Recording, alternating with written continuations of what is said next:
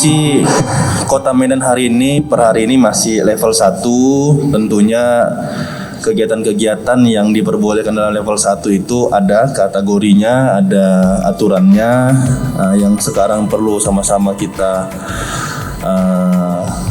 ikuti adalah prokes dalam setiap kegiatan. Protokol kesehatan itu yang harus benar-benar kita laksanakan. Dan untuk yang hari ini yang paling penting yang ingin kami sampaikan itu 3T-nya dari kami internal dan Prokopimda. Tentunya 3T terus akan tetap kita lakukan karena tracingnya ini juga yang harus perlu, dari mana dan kemana saja kira-kira yang hari ini terkonfirmasi positif. Sembari sekarang kan banyak yang nanya vaksinasi sudah mulai berkurang, katanya. Saya banyak dapat laporan ataupun aduan. Dulu kan titik vaksinasi banyak, bukan hanya di fasilitas kesehatan tapi di titik-titik tertentu ada. Nanti ini hal seperti ini akan kita mulai lagi di beberapa kegiatan pemerintah, akan kita sisipkan dengan kegiatan vaksin booster. Selamat datang di BK Medan Bincang Kolaborasi Kota Medan. Saya Kemal Lautari, host dari BK Medan, akan menyajikan sejumlah informasi menarik dari pemerintah Kota Medan terkait sejumlah program prioritas yang telah dan akan dilakukan oleh Wali Kota Medan Bobi Nasution. Angka kasus COVID-19 di Kota Medan secara perlahan mengalami kenaikan. Meskipun lonjakan kasus yang terjadi masih dalam kategori yang belum mengkhawatirkan, namun hal itu tentunya perlu segera diwaspadai. Sejumlah langkah untuk mengantisipasi lonjakan kasus ini pun dilakukan. Sejumlah pihak yang terkait dalam penanganan kasus COVID-19 ini mulai meningkatkan kembali kewaspadaan dan melakukan sejumlah upaya agar kondisi kasus COVID-19 di Kota Medan bisa kembali melandai.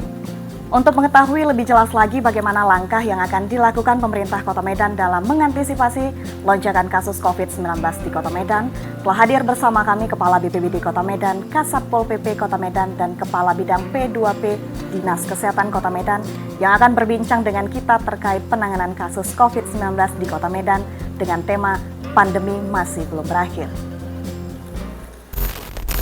Sahabat kolaborasi, kita akan berbincang banyak tentang penanganan pandemi COVID-19. Telah hadir bersama kita Kepala Badan Penanggulangan Bencana Daerah Kota Medan, Bapak Haim Husni, Kasatpol PP Kota Medan, Bapak Rahmat Adi Saputra Harahap, dan juga Kabid P2P Dinas Kesehatan Kota Medan, Ibu Pocut. Sebagai pembuka bincang kolaborasi kita kali ini, kita akan berbincang terlebih dahulu dengan Kepala BPBD Kota Medan. Selamat sore Pak Husni. Selamat sore BK Medan, salam tangguh. Salam tangguh. Apa kabar hari ini? Alhamdulillah sehat. Baik, alhamdulillah. Pak Husni, bisa dijelaskan kira-kira sebenarnya apa yang menjadi tugas pokok dan fungsi BPBD dalam penanganan COVID-19? Nah, sebagaimana telah ditetapkan SK Wali Kota, BPBD sebagai satuan tugas penanganan COVID duduk sebagai sekretaris. Fungsinya adalah mengendalikan, melakukan evaluasi, dan membangun kebijakan-kebijakan menjadi dasar masukan dalam rangka penanganan COVID di Kota Medan. Baik, lalu peranan BPBD dalam mengendalikan COVID-19 itu seperti apa rincinya?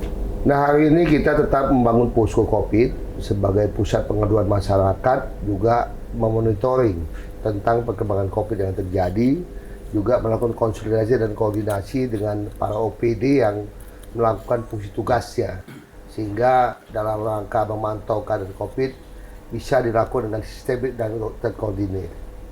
Baik, Pak Husni, angka COVID-19 mulai terjadi peningkatan di Kota Medan. Kira-kira ada perbedaan dalam penanganannya saat ini dan sebelumnya? Nah, sebenarnya dalam fungsi-fungsi tugas, para OPD teknis yang melakukan fungsi operasional tetap melakukan pelaksanaan tugas seperti biasanya. Baik posko, penanganan lapangan, juga himbauan kepada publik. Kita juga memberikan bantuan-bantuan alat-alat yang terkait dengan kebutuhan masyarakat, termasuk juga dengan pemangku wilayah kita lakukan. Artinya kita mesti, walaupun hari ini ada keseimbangan pertumbuhan ekonomi yang harus kita bangun dengan stabilitas masyarakat, tapi upaya-upaya edukasi pada masyarakat dan juga pengawasan terhadap COVID tetap kita lakukan. Baik, membangun kolaborasi tetap ya Pak? Ya, tetap. Artinya semua fungsi tetap dilakukan dengan merujuk pada fungsi tugas yang ada. Baik, mengingat kondisi COVID COVID-19 hari ini di Kota Ya. Medan. Kira-kira ada instruksi khusus dari Wali Kota Medan, Bobi Nasution, untuk BPBD sendiri, Pak? Nah, di setiap kesempatan Pak Wali selalu mengingatkan kewaspadaan tentang COVID. Pentingnya suntikan booster kepada para masyarakat, pentingnya menjaga jarak, pentingnya memakai masker. Pak Wali tetap menghimbau di setiap pertemuan kesehatan, termasuk menginstruksikan pada jajaran terkait BPBD Kota Medan selaku pengendali aktivitas, termasuk juga Satpol PP, Dinas Kesehatan, dan fungsi lainnya. Kita tetap berjalan seperti biasa. Artinya hari ini kita menyadari walaupun pada tahapan level 1 dan ada peningkatan, Pak Wali tetap melakukan instruksi pada kita semua untuk melakukan upaya-upaya pengendalian terhadap COVID. Termasuk juga di makam, rumah sakit, tetap kita bangun komunikasi. Baik, Pak Husni, kita beralih dulu ke Kasatpol PP Kota Medan. Ada Pak Rahmat Adi Saputra Harahap. Selamat sore, Pak Adi. Selamat sore Bu Tari. Salam kolaborasi. Salam kolaborasi. Apa kabarnya Salam hari ini? Prajawibawa Satuan Polisi Salam Pamung Praja Kota Prajawibawa. Medan. Baik, Luar biasa. apa kabarnya hari ini? Alhamdulillah sehat. Baik, Pak Rahmat, kira-kira bisa disampaikan nggak dalam penanganan COVID-19, apa yang menjadi tugas dan fungsi dari Satpol PP sendiri? Baik, jadi kalau Satuan Polisi Pamung Praja, tugasnya itu adalah untuk penegakan hukum dan pendisiplinan masyarakat. Banyak masyarakat yang lalu menjas bahwa Satuan Polisi Pamung Praja keseluruhan untuk menertibkan termasuk COVID. Padahal sebenarnya tidak. Bahwa kita itu di akhir.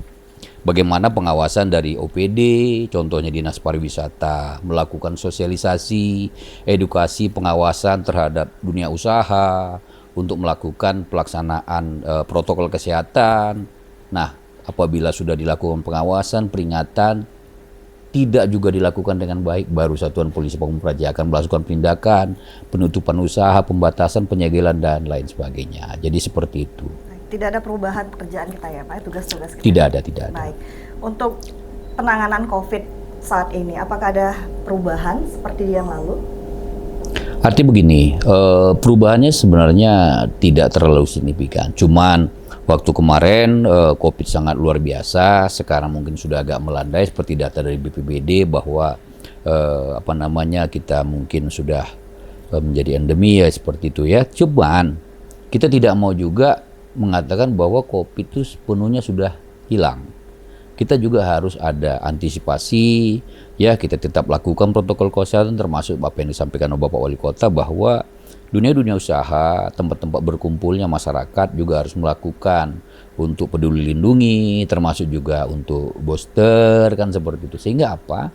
Betul-betul apa yang dirasakan masyarakat selama ini sudah hampir 3 tahun kita COVID, ekonomi mulai hancur kan begitu, masyarakat sudah jenuh. Nah, bagaimana ini supaya sudah ada perubahan, masyarakat merasa nyaman tapi jangan euforia. Tetap kita juga harus melakukan protokol kesehatan. Demikian. Baik, masih tetap sosialisasi berjalan ya, Pak? Masih tetap. Baik, Pak Rahmat, kita akan break sejenak. Terima kasih atas penjelasan. Setelah berbincang dengan Kepala BPBD dan Kasatpol PP Kota Medan, telah hadir bersama kita narasumber lainnya. Ada Ibu Pocet Fatimah Fitri selaku Kabid Pencegahan Pengendalian Penyakit Dinas Kesehatan Kota Medan. Apa kabar Ibu hari ini? Terima kasih, Pak. Baik. Assalamualaikum warahmatullahi wabarakatuh. Waalaikumsalam, salam kolaborasi. Salam sehat. Salam sehat. Ibu Pocet, boleh disampaikan bagaimana upaya dari Dinas Kesehatan untuk mengantisipasi lonjakan kasus COVID-19 saat ini? Untuk mengantisipasi lonjakan kasus, kita tetap melaksanakan kegiatan 3T, tracing, testing, dan treatment dengan lebih baik. Satu persatu kasus itu kita telusuri, kira-kira sumber penularan dari mana, dan untuk kasus yang di rumah tangga atau di apa, kita lakukan pemeriksaan kontak erat sebanyak-banyaknya. Tujuan kita untuk melokalisir penularan jangan sampai meluas. Artinya kalaupun memang ada tertular di antara orang terdekat itu, cepat kita obati dan kita isolasi. Oh ya, memang ada dua sebetulnya penanganan lonjakan ini ya, memperkuat imunitas dengan vaksinasi dan 3T tadi. Artinya pola penanganan kita masih sama seperti Masih sebelumnya, sama, gitu ya 3T. Baik, Ibu Pocut, sampai hari ini sudah sejauh mana capaian vaksinasi kita? Sampai hari ini vaksinasi COVID di Kota Medan untuk dosis 1 sudah di atas 99%.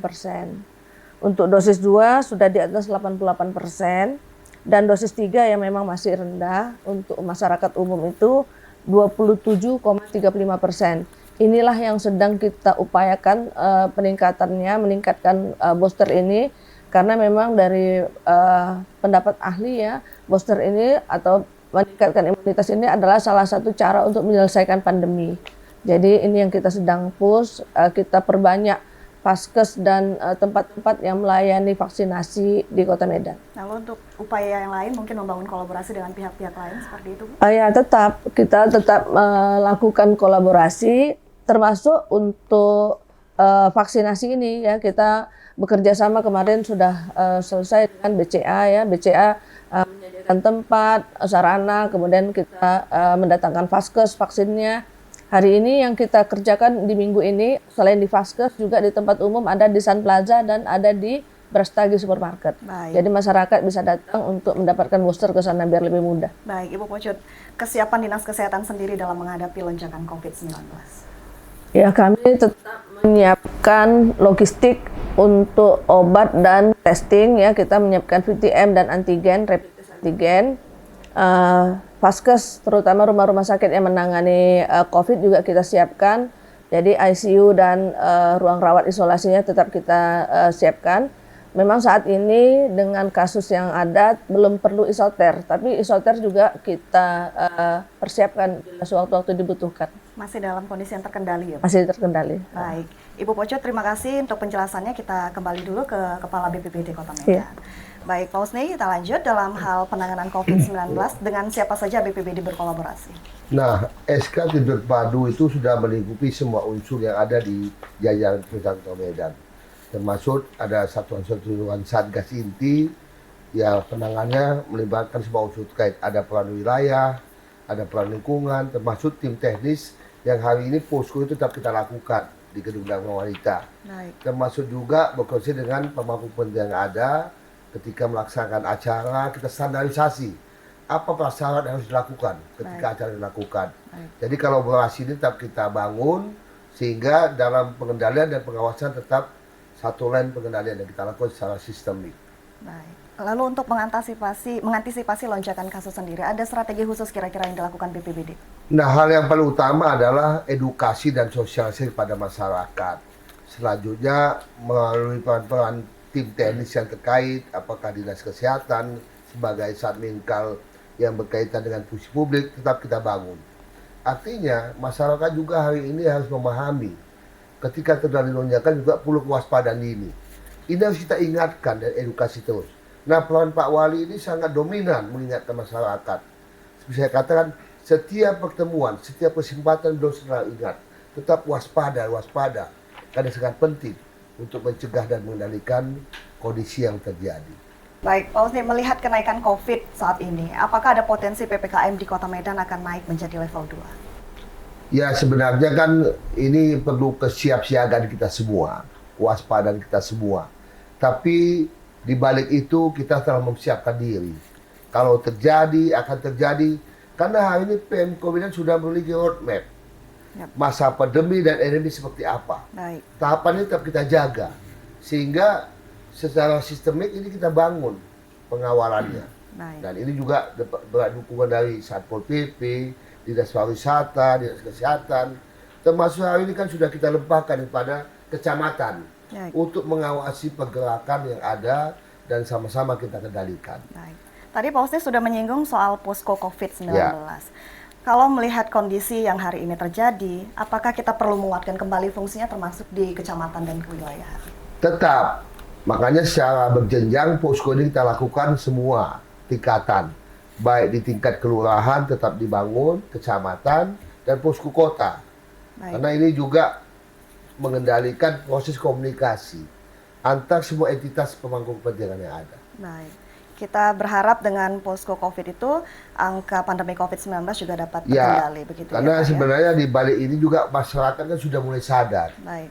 pentingnya standarisasi ketika melaksanakan kegiatan. Siap. Kita tentukan apa prasyaratnya, harus ada peduli lindungi dan segala macam. Baik. Termasuk hal-hal yang berkaitan dengan pengendalian sampai dengan edukasi kepada masyarakat. Baik, Pak Kasatpol PP Pak Rahmat, sejauh mana kepatuhan masyarakat dalam penerapan prokes di Kota Medan? Kalau kita melihat dari pengalaman dan turun lapangan bahwa sebenarnya kepedulian masyarakat tinggi. Cuman sekarang mungkin masyarakat sudah mulai abai. Karena apa? Merasa sudah endemi, sudah tidak ada permasalahan lagi. Nah inilah tugas pokok kita dari Satgas Covid Kota, termasuk juga kita ingatkan dengan Satgas Kecamatan maupun Kelurahan, untuk tetap bersama-sama mengingatkan masyarakat bahwa pengalaman kita di Covid kemarin itu sudah sangat luar biasa mengganggu seluruhnya sendi-sendi kehidupan, perekonomian, ya, termasuk juga beribadah. Kita juga tidak mau kejadian ini terulang kembali. Makanya kita tetap mengedukasi, tidak melakukan sosialisasi, termasuk juga dengan Satgas Covid Kota maupun juga Satgas Covid Provinsi Sumatera Utara. Kalau dilihat kemarin operasi justisi rutin masif dilakukan. Nah untuk hari ini tuh bagaimana Pak? Operasi justisi sesuai dengan arahan dari Bapak Wali Kota, kita memang kurangi. Kita tidak sampai untuk membubarkan lagi atau menyegel, menutup tempat usaha, tapi bagaimana kita mendepankan bahwa protokol kesehatannya lebih diutamakan. Bagaimana aplikasi Peduli Lindungi, ya, pakai masker, menjaga jarak, ini tetap kita menjadikan standar utama. Karena apa? Kita nggak mau lagi terulang kejadian seperti di level-level 3, 4 yang kemarin lalu melanda Kota Medan. Lalu untuk sosialisasi protokol kesehatan sendiri akan dilakukan dengan konsep dan pola yang sama dengan yang lalu? Ya, mungkin tidak semasif yang dulu, tapi tetap akan kita lakukan. Dan apabila memang setelah kita lakukan sosialisasi dan edukasi juga masih tetap memang harus kita lakukan. Tindakan tegas dan terukur. Supaya apa? Supaya jangan nanti upaya-upaya pendisiplinan itu diabaikan, sehingga nanti kalau terjadi lagi kembali, itu akan sangat-sangat merugikan kita semua. Baik. Pak Rahmat, kendala apa saja yang dihadapi selama melakukan sosialisasi dan operasi justisi? Kalau kendala sepertinya tidak terlalu, tapi bagaimana masyarakat yang sudah dalam keadaan susah menghadapi kita untuk mendisiplinkan mereka, ini selalu terjadi dialog. Bagaimana kehidupan perekonomian orang, ada usaha, dia harus gaji karyawan, dia harus mencari nafkah untuk anak sekolah dan sebagaimana yang lain gitu. Jadi ini yang selalu kita berbenturan di lapangan. Kita berbicara kepada hati nurani, tapi di satu sisi kita juga harus memikirkan kesehatan dan kehidupan yang lebih baik tentunya. Tapi kita nggak pernah lelah nih ya Pak ya, nggak ada kata mundur nih buat kita. Tetap ya. Semangat. Tetap semangat ya. Baik Pak Rahmat, terima kasih untuk jawabannya. Kita beralih kembali ke Kabid P2P Dinas Kesehatan Kota Medan, Ibu Pocut. Ya, Pak. Kira-kira apa saja kendala yang dihadapi Dinas Kesehatan dalam pelaksanaan vaksinasi? Kalau kami lihat data, sebetulnya hampir semua cakupan kita cukup tinggi. Yang agak rendah itu di lansia dan di anak. Jadi lansia ini memang kendalanya mereka memiliki penyakit yang menghalangi mereka untuk divaksin. Dan yang satu lagi memang ada juga yang takut. Nah itulah yang harus kita kuatkan. Jadi kita di dalam penanganan atau pencegahan meluasnya kasus itu memang salah satunya penguatannya itu di kelompok yang rentan inilah, lansia dan penderita komorbid. Jadi kita memang harus lebih sering mengajak mereka kan, karena mereka mungkin khawatir ya dengan usianya, dengan penyakitnya, takut-takut. Tapi mungkin dengan aturan-aturan yang diberlakukan secara umum untuk berkendaraan atau pergi haji atau apa itu akan membuat kepatuhannya meningkat. Ada pendekatan yang lebih khusus berarti? Iya, jadi kita memang harus lebih pelan-pelan lah, karena ini kan kelompok yang rentan ini. Satu lagi yang kita rendah itu sebetulnya di anak. Kemarin itu anak kita beri vaksinasi Sinovac itu ya di usia SD itu menjelang Ramadan, menjelang hari raya itu jadi ada kendala, dan sesudahnya kondisi vaksin pula yang terbatas, vaksin Sinovac pula. Jadi ini mudah-mudahan saya dengar sudah akan datang lagi ya bantuan dari pusat untuk Sinovac. Mudah-mudahan dalam waktu dekat kita akan mengejar ketertinggalan vaksinasi pada anak. Jadi dengan naiknya dua kategori yang tadinya belum tercapai, mudah-mudahan kita dapat meningkatkan cakupan kita. Dan booster untuk umum, untuk lansia terus kita. Tapi kalau di bawah 18 tahun memang belum ada kewajiban booster. Baik, Bu Pocut, masih ada ketakutan tersendiri nggak di masyarakat tentang mungkin kabar-kabar hoax yang beredar tentang vaksinasi?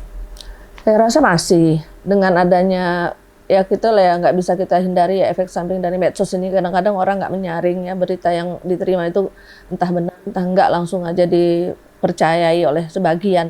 Tapi mungkin dengan berjalannya waktu masyarakat melihat yang divaksin nggak ada apa-apa kok, nggak ada efek samping kok, malahan dia nggak terlindung. Ada mungkin sudah divaksin masih kena, tapi itu kan sangat sedikit kasusnya, mungkin individual sifatnya, mungkin sebelum divaksin dia sudah mungkin tertular atau yang lain sebagainya.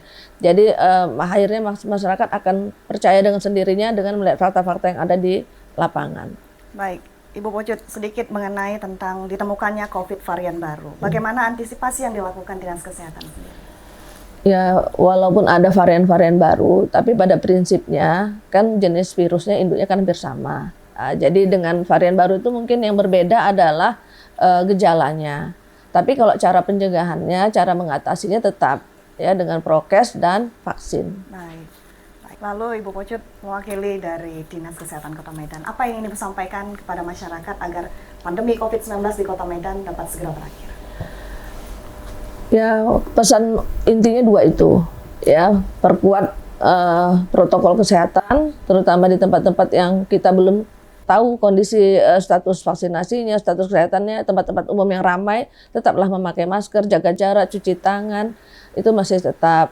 Kemudian ada satu pesan lagi mungkin, agak khusus ini. Bagi orang yang dia merasa bergejala, batuk, dan lain sebagainya itu, usahakan jangan mendatangi tempat yang ramai. Usahakan dia isolasi lah secara mandiri di rumahnya, atau lebih baik lagi dia testing.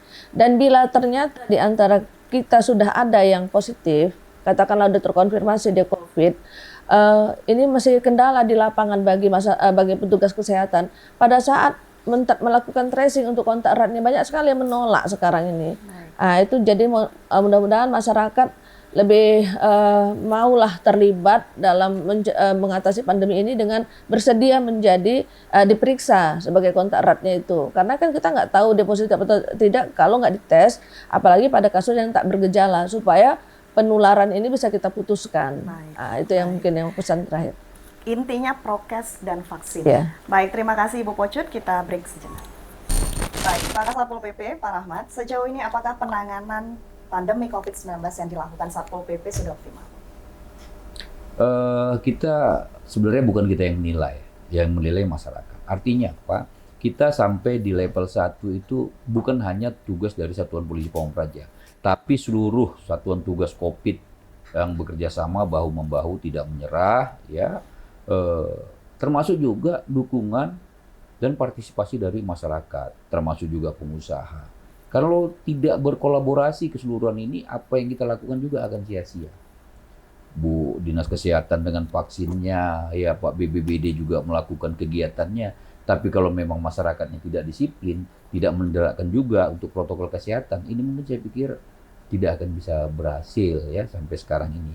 Kalau kita mungkin masih di level 1, dan mungkin juga nanti bisa endemi, dan artinya ada adaptasi kebiasaan baru. Saya pikir ini kerjasama kita semua. Baik, terakhir Pak Kasat, himbauan apa yang ingin disampaikan untuk masyarakat Kota Medan? Himbauan dari saya sederhana. Bagaimana kita menyeimbangkan antara kesehatan dan ekonomi. Ekonomi bisa bertumbuh, kesehatan juga bisa bersama. Artinya apa? Tetap melaksanakan protokol kesehatan. Tetap melaksanakan protokol kesehatan, jangan abai. Jangan abai. Baik, terima kasih Pak Kasat Pol PP, terima kasih atas penjelasannya dan juga himbauannya. Semoga pandemi segera berakhir. Selanjutnya kita akan beralih kembali ke Kepala BPBD Kota Medan. Pak Husni, selain COVID-19, wabah apa lagi yang perlu diantisipasi di Kota Medan? Baik, pemerintah Kota Medan hari ini juga telah melakukan kewaspadaan dalam menghadapi segala macam yang terjadi. Salah satunya dengan munculnya wabah PMK, penyakit mulut dan kuku. Hari ini kita telah menyiapkan Satgas dengan SK Wali Kota yang melibatkan semua unsur teknis. Salah satunya Dinas Pertanian dan Peternakan telah melakukan pemetaan. Walaupun ada hari ini hanya 2 kecamatan yang menjadi titik deteksi, tapi kita harus waspada. Termasuk juga penyakit monkeypox atau cacar monyet. Ini juga kita waspadai. Artinya hari ini kita tetap waspada terhadap bencana dan berupaya mengendalikan semua kondisi yang terjadi di Kota Medan.